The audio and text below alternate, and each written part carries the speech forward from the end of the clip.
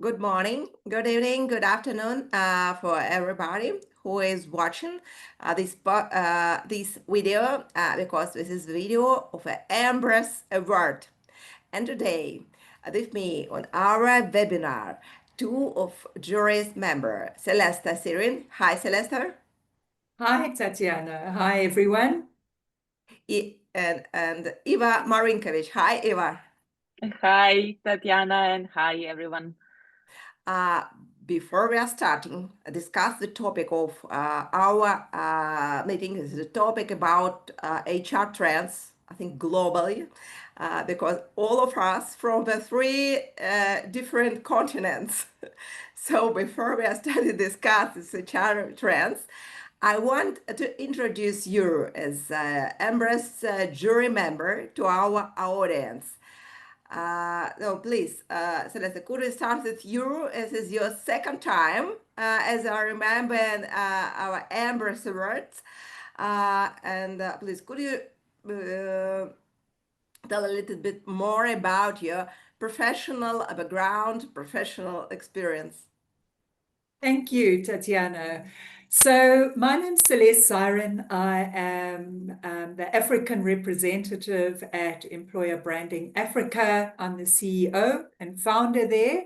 I've been honored to be one of the jury members for the EMBRAS Awards, and it's been a wonderful experience being able to bring my African continent insights and knowledge, because we are still very much of an emerging market, but at the same time we've got a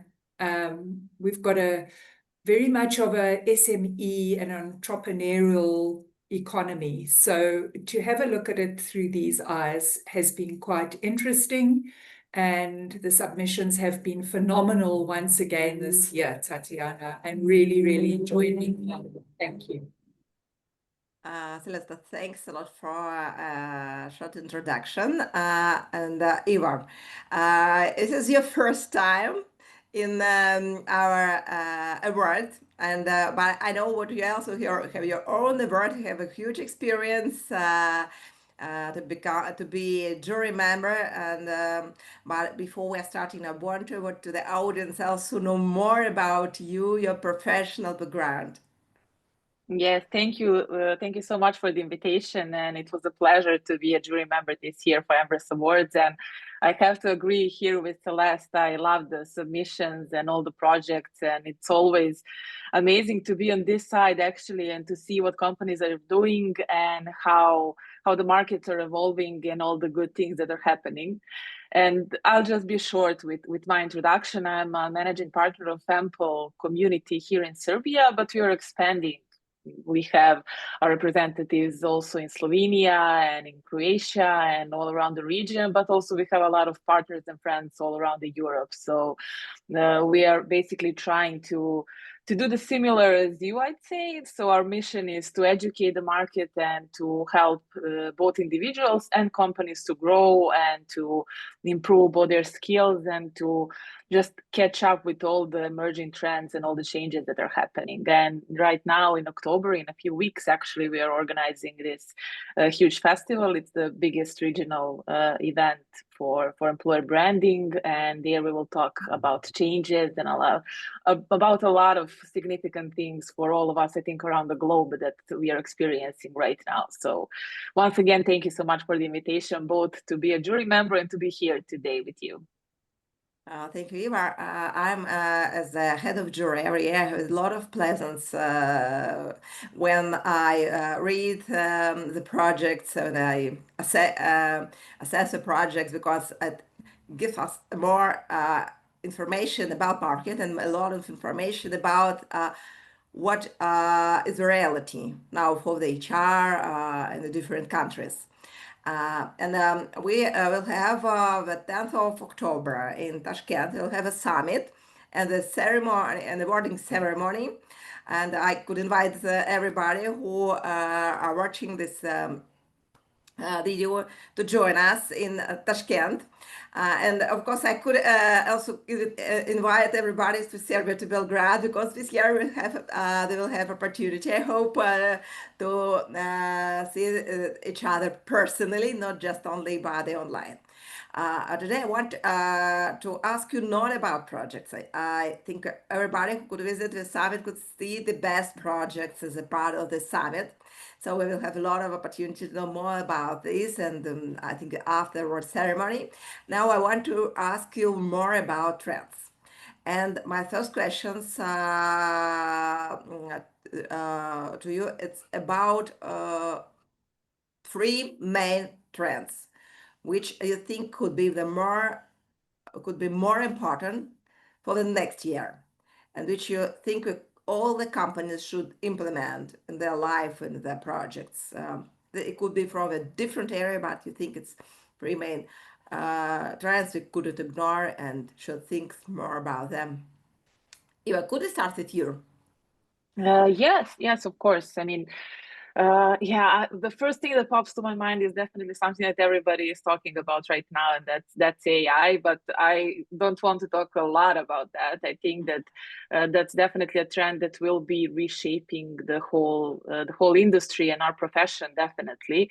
But what we need to learn how to do actually is embrace it. I mean, our topic this year is own the change. So I'll say we need to learn how to own it and how to adapt our own skills and how to work with it, because in the end, AI can help so much in our everyday work and automate some projects that we're doing manually so far. So I think that's definitely one of the trends.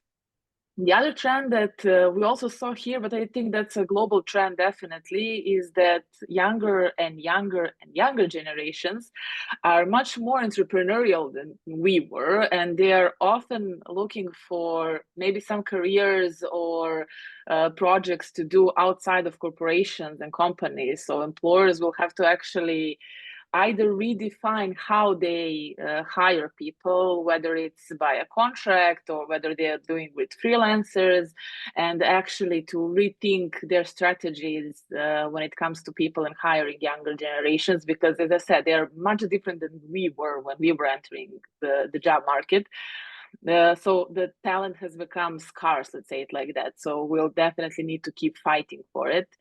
And I think that definitely I'm not sure if I would even call it a trend, but something that has been on the radar for quite some time, and it's a challenge that a lot of us are experiencing. When I say us, I mean the market that we are working on is data, definitely. I think that we'll all need to learn to be much more data-driven, and I mean, that's one of my big passions, and I'm trying to educate people here locally on that topic. But I think the data in HR can help us boost a lot of projects and initiatives that we have, and in the end, to help us actually to navigate the difficult conversation that we might have with the managers and the decision makers in our companies. So I'd say these 3. I think there probably might be more, but I'm sure that Celeste also has some ideas on this front.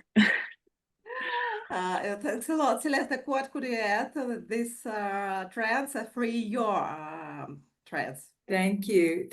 And I completely agree. And you took the words out of my mouth, Eva. On the AI automation side, I don't think anyone can avoid that conversation, but I'd like to elaborate a little bit more on that in terms of skills first workplace that many organizations are looking at. Understanding that with AI, we virtually on the same playing fields, and it's really about getting the right behaviors and attitudes of those individuals, and we're talking about the human side, to embrace and look for the good in AI, not treat it as a threat. So I believe that many organizations are hard at work doing a work infrastructure, workplace replanning, and architectural design, and that really having a look at how it matches their business objectives each year in that, and matching those skills accordingly, not necessarily according to qualifications, but the capability and the behaviors that can actually get them to meeting the business objectives, their performance. So that's the first thing. The second thing is, and I know globally, not only here in Africa, but globally, there's lots of economic pressure on at the moment. And I think that organizations will be looking at retuning the, how can I say, the energy levels and the engagement internally, because many employees, they are back to silent quitting, or they're calling it job hugging, where they're literally hanging on to jobs just in terms of stability. This is a bit problematic if they don't have line of sight of what their EVP is and why they are there, what's actually motivating them, how they're contributing to the bigger impact in the organization. That's the second thing. The third thing is, and I did a Employer Branding Africa Spotlight, it's around the trust recession within our markets. And I believe that trust has intersected, the lack of trust is intersected at a lot of different, in a lot of different ways, especially with organizations laying off their employees, but yet they are still profitable. There's also the trust with people working remotely and, checking up and ensuring, that they are actually productive while they're not around in the office. And I think in terms of leadership as well, the authentic communication and the vulnerability that goes with it, when companies are maybe pausing or stalling or re-looking at the direction they are going in. So those are the three trends, Tatiana, that I've really feel is going to take us into 2026 and people will be focusing on. Thanks a lot. Eva, Celeste, what you share your ideas about trends. My next question is a little bit closer, but I remember what Eva said, what this year, the conference, the summit will have the name Own the Change. So it's about change. And my next question is about changes. What main changes could we expect, maybe could we see right now? What will have a huge impact on the HR, on the labor market for the last, I think, 2-3 years at least. The market, some of them, but now I want to go more deeply these changes. For giving you a short time, I could say what now I am reading a very interesting book about new approach to a generational management, but now we have one professional way, and now we have great changes because we have an awful situation, the demography, we have the situation of the young generation don't like to go to the labor market. We see people, the old people on the other side, they prefer to work more for some reasons. And now it means for some demographical reasons, we need to reshape the ideas about future work. So it was a very interesting book with a lot of figures. And when as Eva said, data-driven is very important. So when you see real figures from the perspective of demography in the different parts of the world, and America, South Africa, and Europe, generally in Latin America and US, so we understand. But on one side, this is a little bit different, and on the other side, the situation very similar. So this is from my side. Demography situation will have a huge impact for the labor market, for the future of HR. And now we need to go more deeply for better understanding these trends and understand how we could work with different generations from Gen Z, Gen Y, Gen X, and baby boomers, all of this generation now in our companies. And I think with the next generation, generation Alpha also will come to our organization very soon. So this is my perspective. What do you think about great changes of the world, which you see, or maybe in your countries, maybe countries around you, what it could, which will have a great impact on HR, on the labor market, and the future of work? Celeste, could you start? Because you are on the Yes, screen. absolutely, absolutely. So I think, Tatiana, I think, we cannot underplay the mental health and the well-being in the workplace. And whilst we had COVID a few years ago, it pushed us into hybrid or remote environments where people have got to a certain degree a sense of loneliness. They feel a little bit disattached. They enjoy their freedom in that, but at the same time, there is a little bit, they're between a rock and a hard place because they want to have that culture. They want to enjoy the culture and the connection with people. They like their freedom at the same time. But then there's also boundaries that are pushing the wellness and the well-being when it comes to working overtime and working late, and the expectations maybe from leaders, but also the expectations of the employees themselves. So I think we're going to have to watch this space very, very closely. I think the support needs to really, really be there. It should be a given in anyone's employer value proposition in terms of, in terms of that support. In terms of the return to office pushbacks, I think we've all witnessed that this year. I believe that I think that's going to continue. To what degree, I don't know. As much as people are enjoying the flexibility, it's still going to be the bargaining token, for want of a better word, when it comes to retaining your people and trying to attract. So that return to office pushback, I think, is still going to continue because people have obviously had a taste of it after COVID. And they're enjoying it, but it has got its downside as well.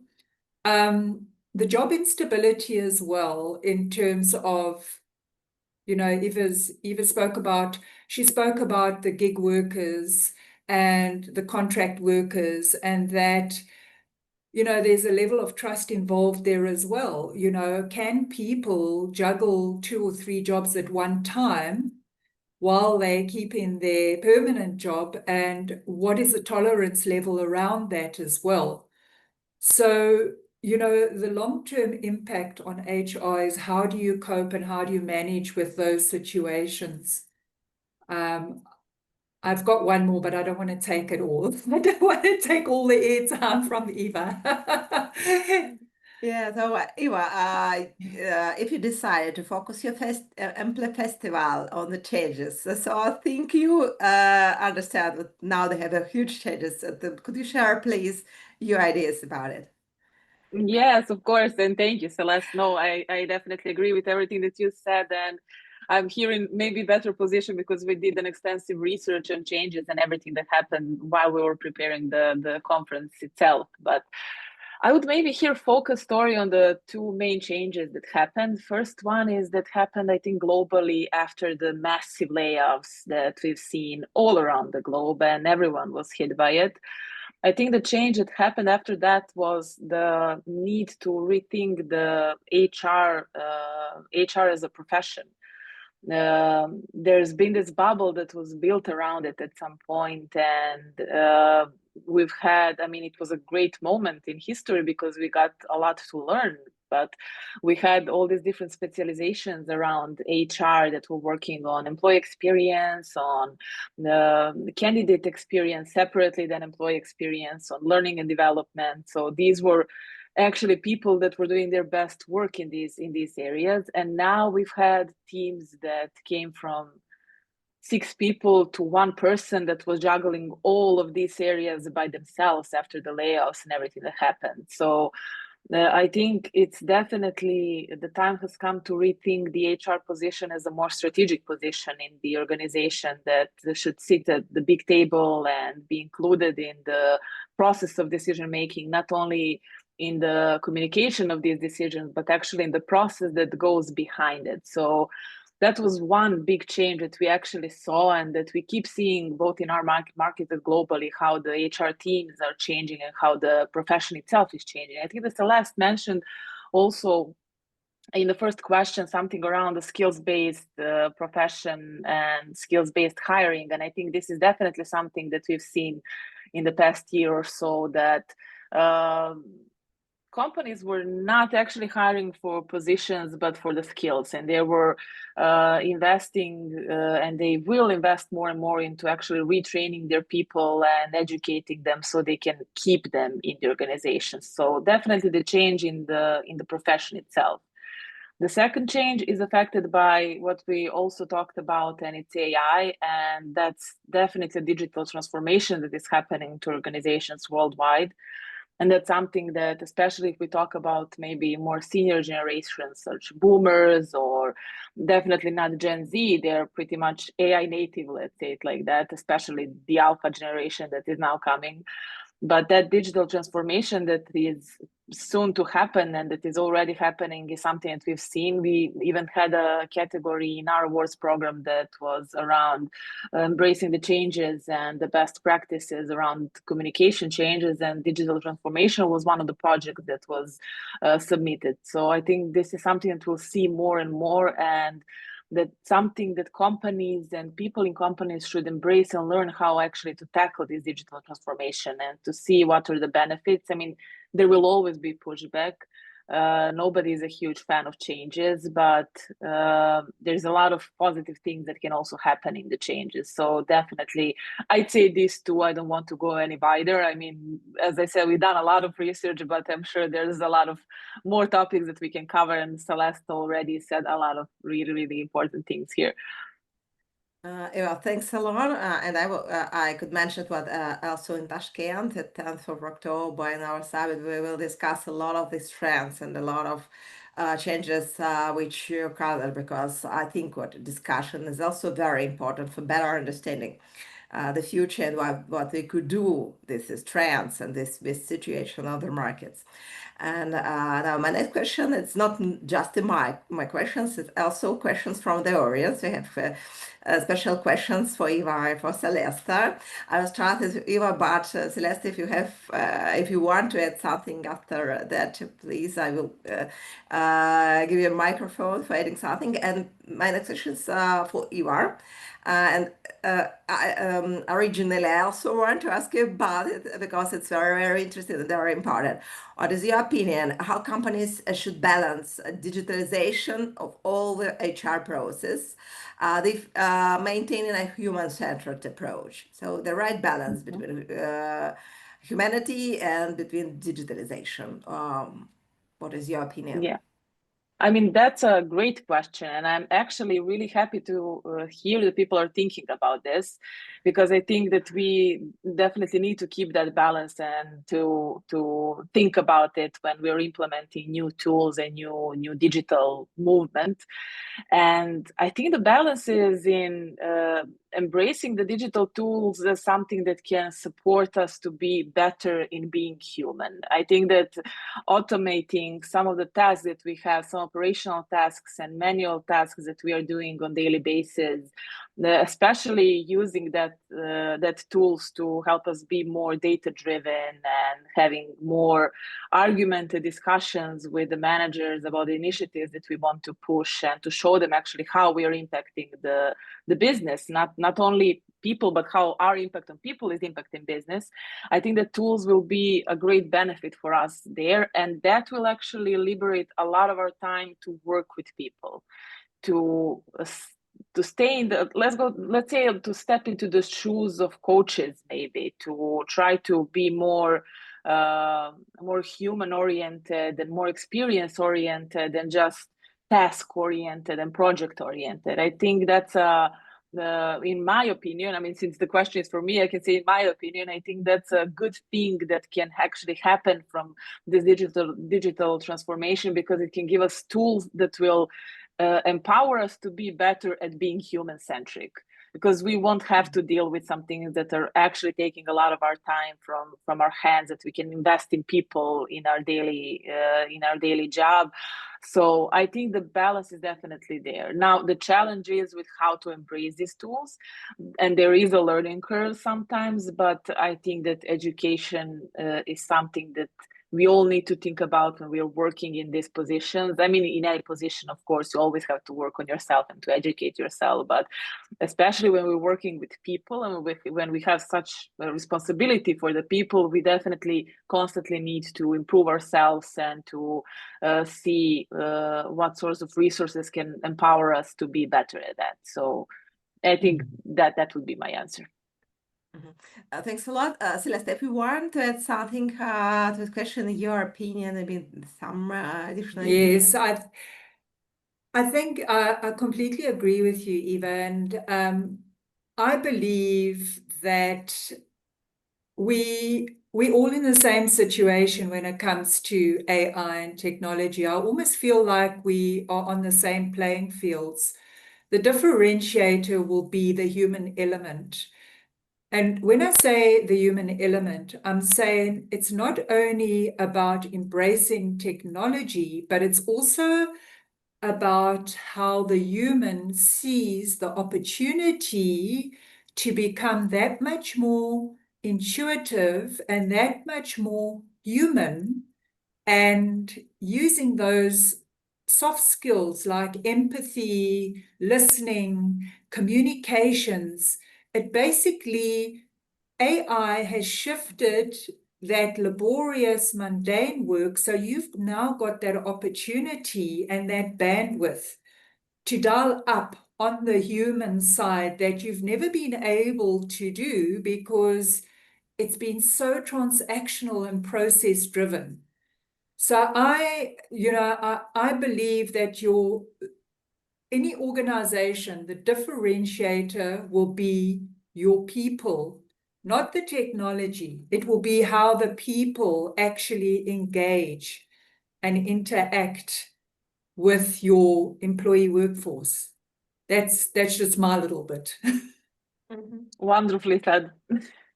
Thank you.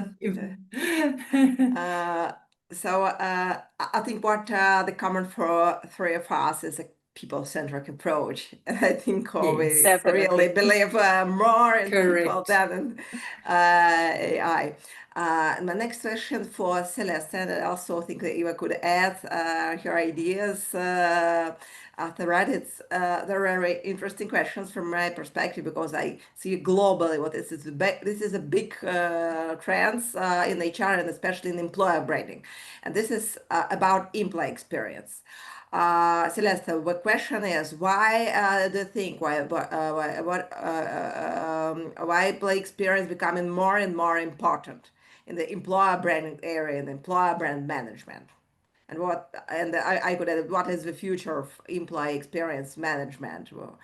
What do you think about? Yes, that's an interesting question, and I see it coming up as let's not call it a pain point, because that comes across too negatively, but it's a great area for improvement, because I think too often than not in employer branding, we're so busy telling everyone about what's happening within the organization, and the employees that are actually moving through their life cycle have lost complete sight on what their purpose and their reasoning is and what their impact is within the organization.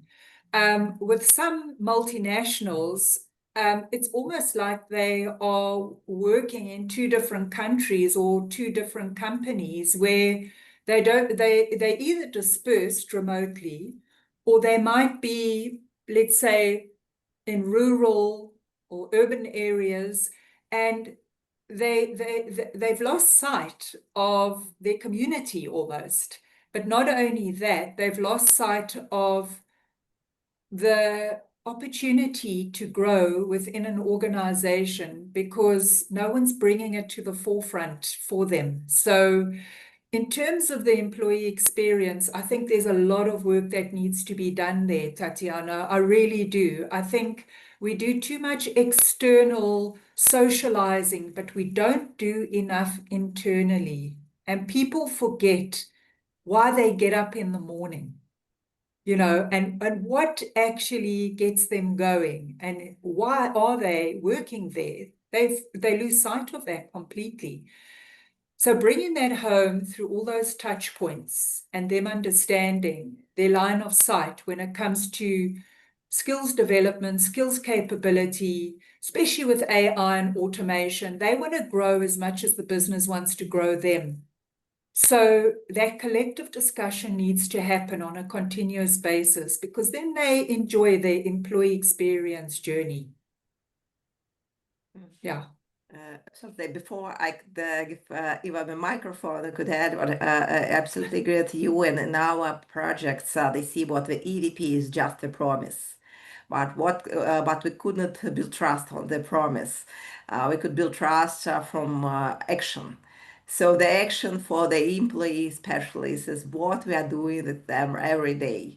And we need to understand what we, especially for the big corporations, what we could have divided, what is this part of HR.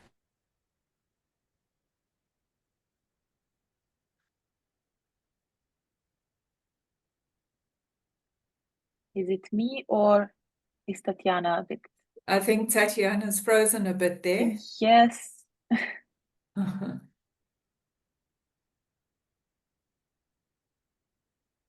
I'm not sure what happened there. Yes. Let's wait a second or two.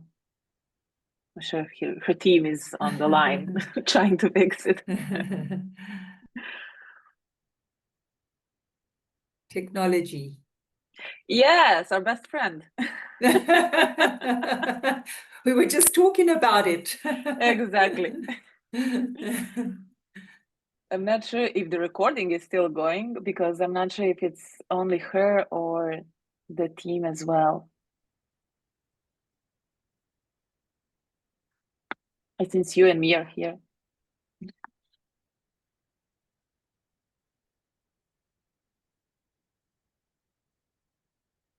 I think she's trying to get back on again. It won't take long. Probably. I just have to add, I mean, while we're here and I can see that it's still recording, the question about why is the employee experience becoming increasingly important actually made me sad. Because reading that question, I think the question should be asked, why isn't it getting more important?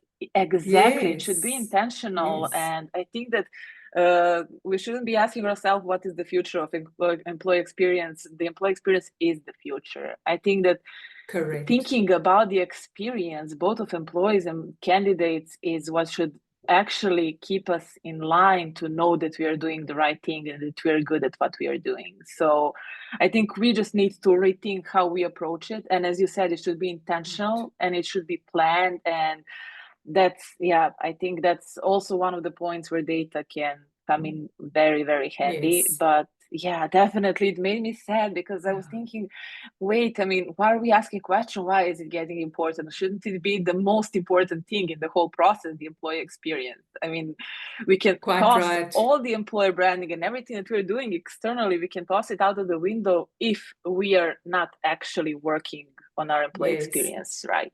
And I can see that Tatiana is back. Yeah, Tatiana is back. Yeah, this is my case was a case of unpredictable situation. No worries. The lights switch off for 1 minute, and after that, the internet also switch off. So it's why we're in the era of technology. We also need to remember about human, and because there are two humans on the other side of the screen. For me now, we start to discuss it. I hope we discuss a little bit more about employee experience and why it's so important for all the organization.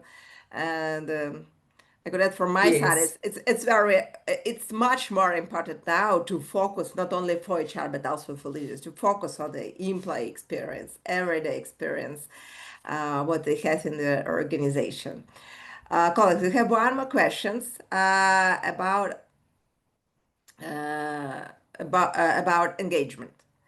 When we talk about experience, it's also about engagement. All of us are interested to engage our employees at our work because we want that we bring the best from their personal side, from professional side in our life. So the question, the first for Eva, and I also think that Celeste could add some very important additions to that. So what unconventional engagement practice have proven most effective in your experience? Maybe share some ideas, maybe some experience, maybe some cases which you met or in your professional life and could recommend to people in every countries. Unconventional methods. I think this is a really, really good question. It's inspiring. One thing that has proven really, really well, and we started doing it here first as a community thing, and then we heard that it translated into companies as well, and that people are engaging more and more with that, is talking about, let me see how I can be polite here, failures. We're actually calling it fuck-ups. But yeah, talking about failures and building on that and actually embracing the failures and mistakes that we are making. So I think talking about it is much more than just talking about it. It's about building the safe space for people to share their mistakes, to actually feel safe to talk with others about it. So when we did it in the community, people felt like they're not alone in everything that they're doing, and they can share this with other people and not be judged or ridiculed or anything like that, and see that these things are happening to other people as well.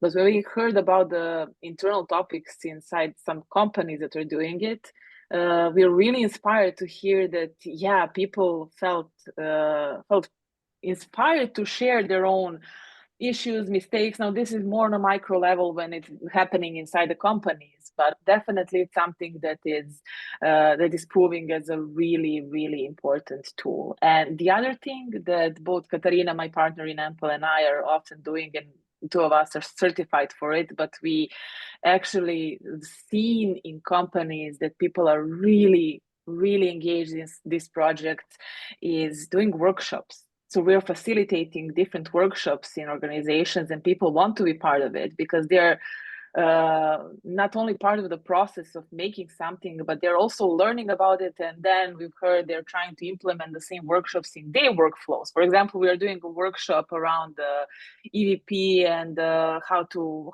implement it in different channels.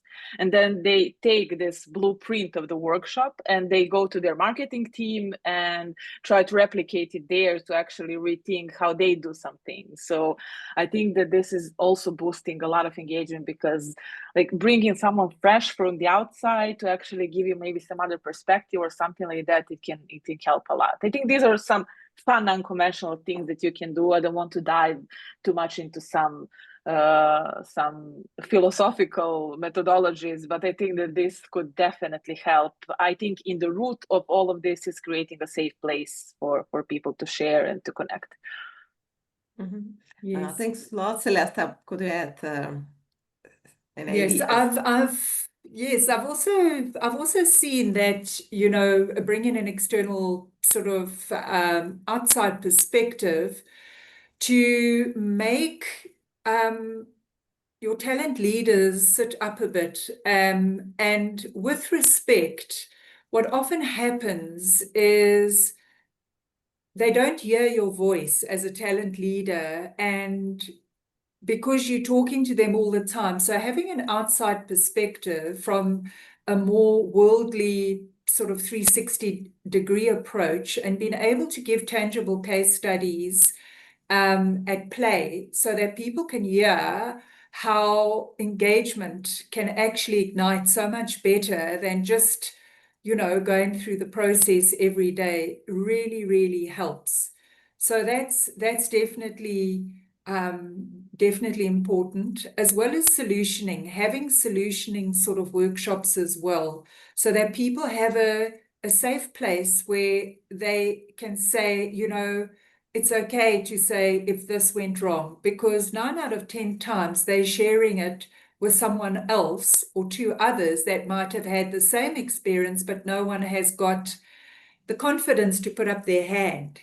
So, and this often, once again, happens with big organizations where they siloed or they disconnected from the rest of the business, when in fact everyone is experiencing that same maybe challenge or levels of engagement, and putting your heads together and actually having solutioning workshops can do amazing stuff.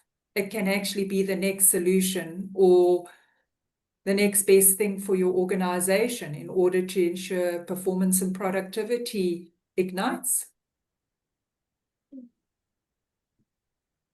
Thanks a lot. May add 2 interesting practices which I really like also when we talk about engagement. And one practice which I see as a big trend, it's a practice of community.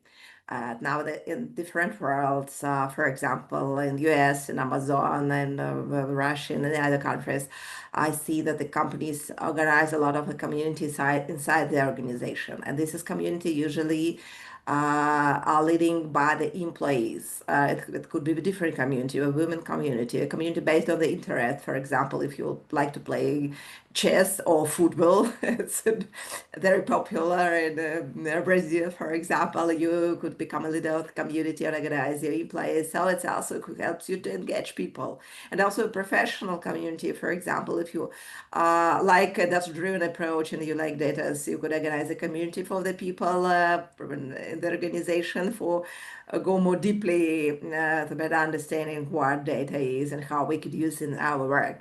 This is a very interesting practice, and I absolutely sure what it will. It's very important practice for the new generation. And the second practice is not so common like community. Just met it 1 or 2 times, but I think it's very interesting from perspective of Gen Z and Gen Alpha. It's when the company decided to launch an alternative board of directors for young generation. It was formed from the Gen Z. And how does this board works? They also discuss the same questions like the top managers, but because they were very young, they don't have enough experience, they don't have enough failures, which we need to avoid. So we sometimes we have a very different perspective. And it helps company from one side engage a lot of people from young generation, the community, the leaders of this community. There's a real impact on the decisions in the organization. And also times to times the company give very interesting ideas from this, and else could recommend, try these ideas for companies who are ready to give more voices to the Gen Z in their organization for the future. As we said, we like to be more entrepreneurial, we like to have more impact on the future of the organization, which I could add for some unconventional engagement practice.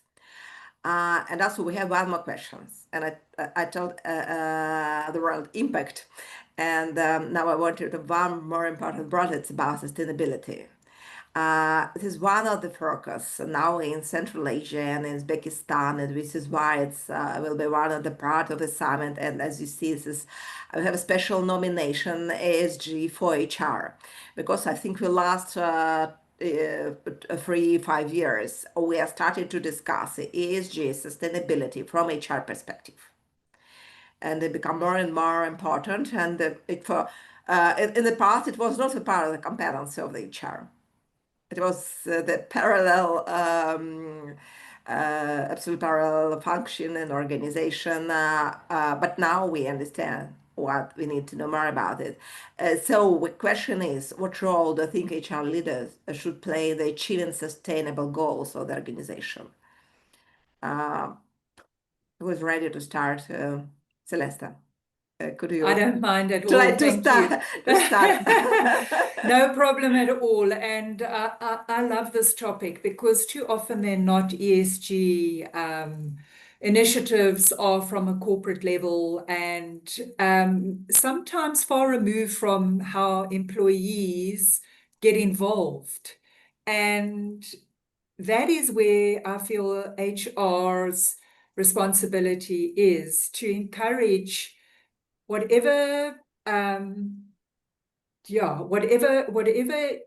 sort of ESG initiative has come into play, to be able to encourage employees to be far more vocal in terms of their involvement. How in touch are they with the initiatives that have been launched from a corporate perspective? So if it is, if it is about, how can I say, recycling or any kind of, initiative like that, let them come to work and let them talk about what they're doing with, maybe, I don't know if they use ink cartridges these days, but how they have been recycling ink cartridges, or at home, how they've encouraged their children to recycle, so I don't feel that we are vocal enough about that. I think the stories need to be told there. And I also feel that if it is going to be part of your EVP, one of your pillars, then you must live by it. If it's part of your EVP promise, then your people must see it at play. It mustn't be out there and and it's merely just words and in reports and that kind of thing. And I think we need to be far more intentional with dialing up on the involvement of your people, and they just need to be guided more by HR leaders on how they can do that. Thanks a lot. Eva, what could you add?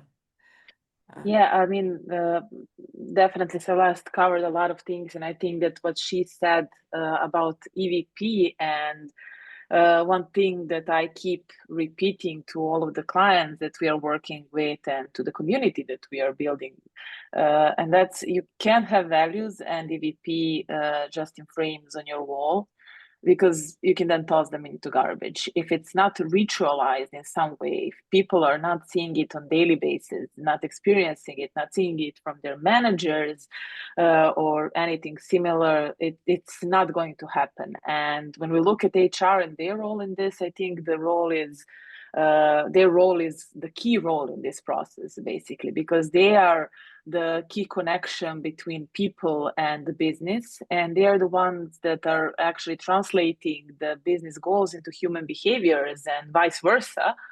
So definitely they are the drivers of this change that should happen. And the other more practical answer also might be building on what I answered before about the engagement and how to increase engagement.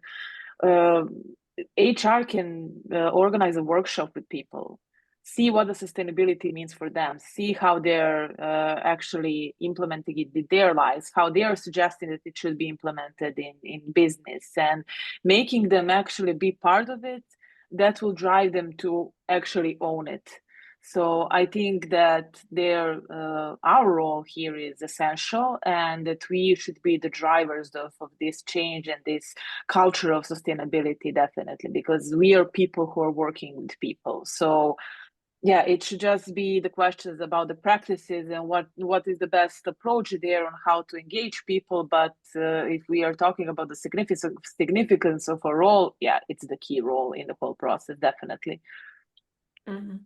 I agree with you, and I could add what then we talk about sustainability. We talk about three very important parts: ecological reason, which Celeste mentioned. I think it's very, very important for the South Africa now, because a lot of problems we have. I think every in every country, but I know it's important for everyone. So ecological, the second is about social impact. It's very, very important for a lot of societies, especially for the development markets. I know it's very important for Brazil. I'm absolutely sure that it's important for Central Asia, and which why we see a lot of projects on EMBRAS Awards about two nominations, good seats and the ESG. So it's close to each other because it's about impact for the society, about impact for the community around the organization, and so impact on the planet. And I want to mention about the last G. It's about governance. It's about our people-oriented practice. I think what we need to understand, HR is responsible from the end of this three letters from a G, third, how to implement the more people-focused practice at your organization and inspire your leader to use this practice. Because from the people orientation, we could come to a social impact, we could come to the planet impact, planet orientation, because it's our planet for the people. And I think it's very important to understand it and make it a part of culture. As Eva said, it should be a part of culture of the organization, what I could add to these questions. And it's interesting to talk about culture. They have one question also about it, and the connection of employer branding. Things worth all of us. They are also have connection with employer branding, which why I think that people ask us about is, what new approaches to building corporate culture are you seeing in from employer branding perspective? So this is what I could maybe rephrase it. What should they do now with our corporate culture, and what could help us also to empower, to make our employer brand more strong, empower our employees and make our employer brand more strong. So Celeste, could you start answer? Yes, absolutely. I'd love to answer this question. And I think this is where there is huge opportunity for your C-suite to start playing more intentional roles in becoming employer brand advocates.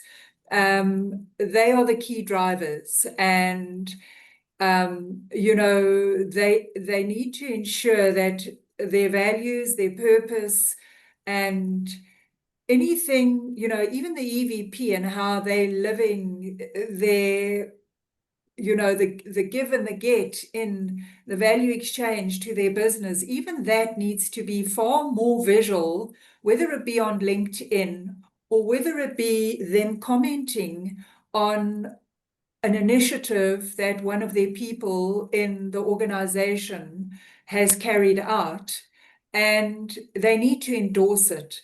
I think the other thing as well is the appreciation and the recognition, not necessarily reward, but just noticing the good work that's been happening. And as an individual in that capacity, yes, it does take time, but it really gets the commitment from their workforce if they endorse what, you know, their people are doing.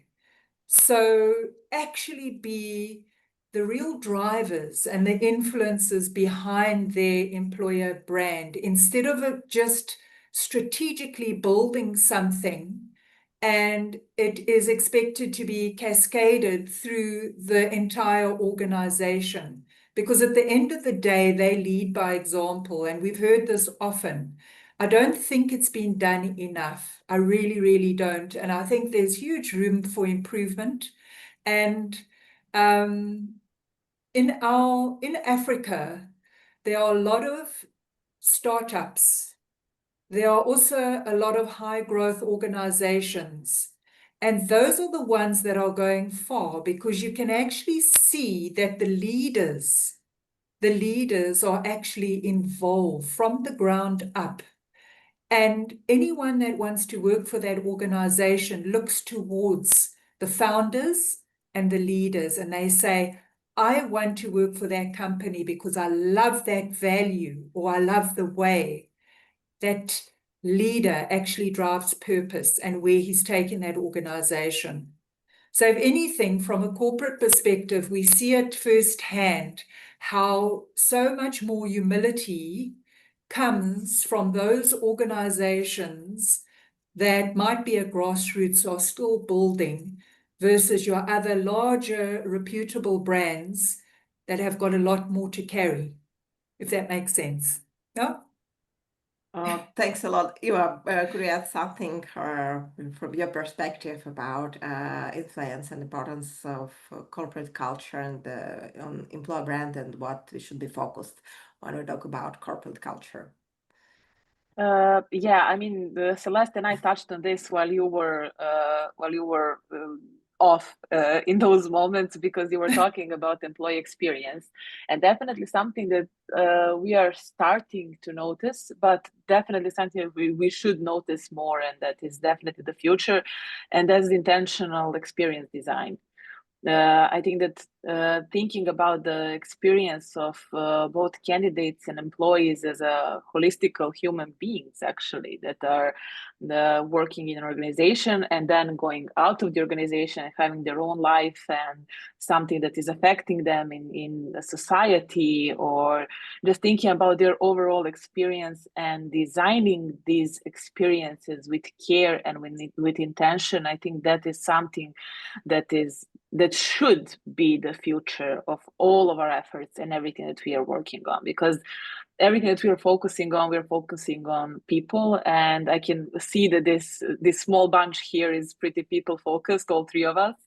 And I think that thinking intentionally about the experience of people we are working with can make a huge difference, because this can affect not only their motivation, but also engagement, satisfaction, the mental health in the organization, their stability, psychological safety, so many different aspects. And also when we talk about the candidate experience, there is so much value that you can get even from those candidates that don't get hired if they have a good experience, that I don't think that hiring managers and employers are really aware of that. So I think that intentionality in experience design is definitely something that can change this whole area, and definitely something that can make a huge impact on the both corporate culture and definitely employer brands.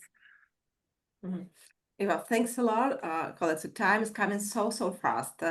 So my last questions from my side, the short questions, the short answer at the end of our wonderful conversation. It was very fruitful from the insights and ideas I think they could share with audience and the people who are watching us now, who will watch us in the future.